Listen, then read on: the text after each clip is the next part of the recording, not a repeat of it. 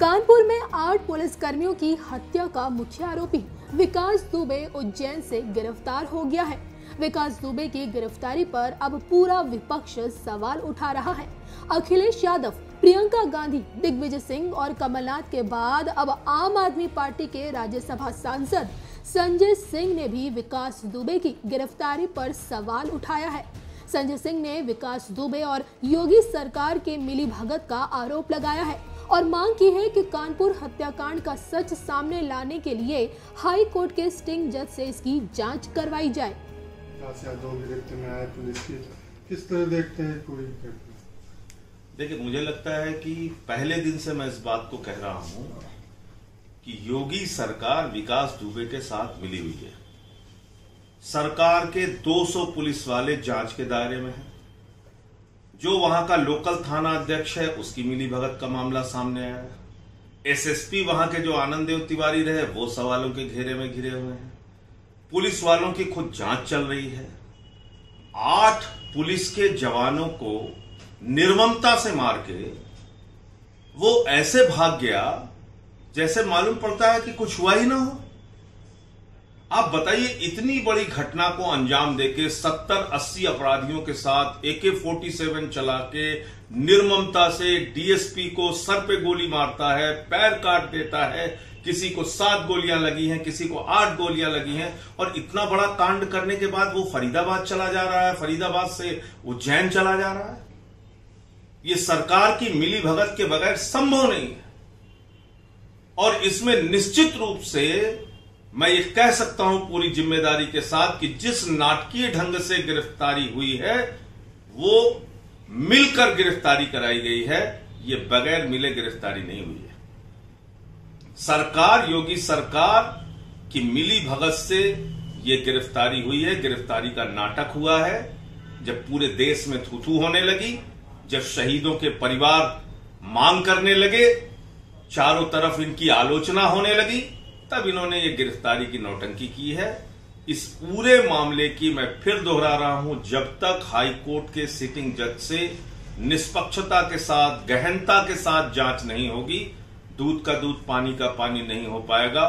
कौन कौन से लोग इसके साथ मिले हुए हैं, योगी सरकार का किस तरह से इसके ऊपर वरदहस्त था, कैसे ये 3 साल तक लगातार बाहर रह के अपराध जगत को बढ़ावा देता रहा, जब तक ये सब कुछ सामने नहीं आएगा ये एक नाटक मात्र है गिरफ्तारी का।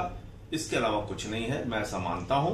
और इस पूरे मामले में सबसे ज्यादा जो नुकसान हुआ है वो शहीदों के परिवार का, जिनकी एक ही मांग थी कि इन लोगों के खिलाफ सख्त कार्रवाई हो। और आज जिस तरह से नाटकीय ढंग से गिरफ्तारी हुई, एकदम मिलीभगत साफ तौर पे दिख रहा है। ऐसा लग रहा है कि विकास दुबे कोई सुबह की सैर पे निकला हो और ये सब कुछ नाटक किया गया। इससे ऐसा लगता है कि अपराधी, सत्ता और पुलिस का जो गठजोड़ है वो यूपी में बहुत मजबूत हो चुका है और वो आसानी से योगी राज में टूटने वाला नहीं। आप देख लीजिए, यूपी जहां वो बड़ी घटना को अंजाम देता है, जहां पे उसके विरुद्ध 150 मामले हैं, वहां भाजपा सरकार। फरीदाबाद जहां पर वो पकड़ा, जहां पे वो सीसीटीवी में कैमरे में कैद होता है, सीसीटीवी कैमरे में देखा जाता है, होटल में देखा जाता है, वहां भाजपा सरकार। उज्जैन जहां पर उसकी गिरफ्तारी की ये नौटंकी हुई, वहां कौन? वहां भी भाजपा सरकार। तो भाजपा और विकास दुबे का रिश्ता बहुत साफ तौर पे नजर आ रहा है। योगी सरकार और विकास दुबे का रिश्ता बहुत साफ तौर पे नजर आ रहा है।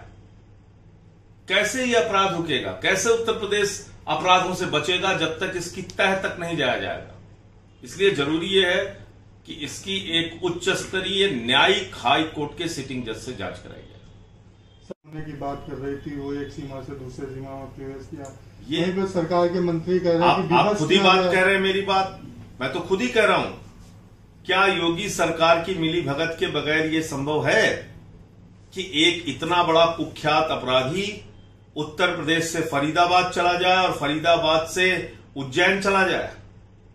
ये क्या सरकार की मिलीभगत के बगैर संभव है? सपने में भी कोई सोच सकता है इतनी बड़ी घटना को देखे इतने 100,000 किलोमीटर तक वो सफर कर लेगा? कहां थी आपकी नाकेबंदी? कहां थी आपकी पुलिस? क्या कर रही थी वो? क्यों नहीं इसको रास्ते में गिरफ्तार किया गया? क्यों नहीं इसको रास्ते में पकड़ा गया? ये तमाम सवाल है। तो इसलिए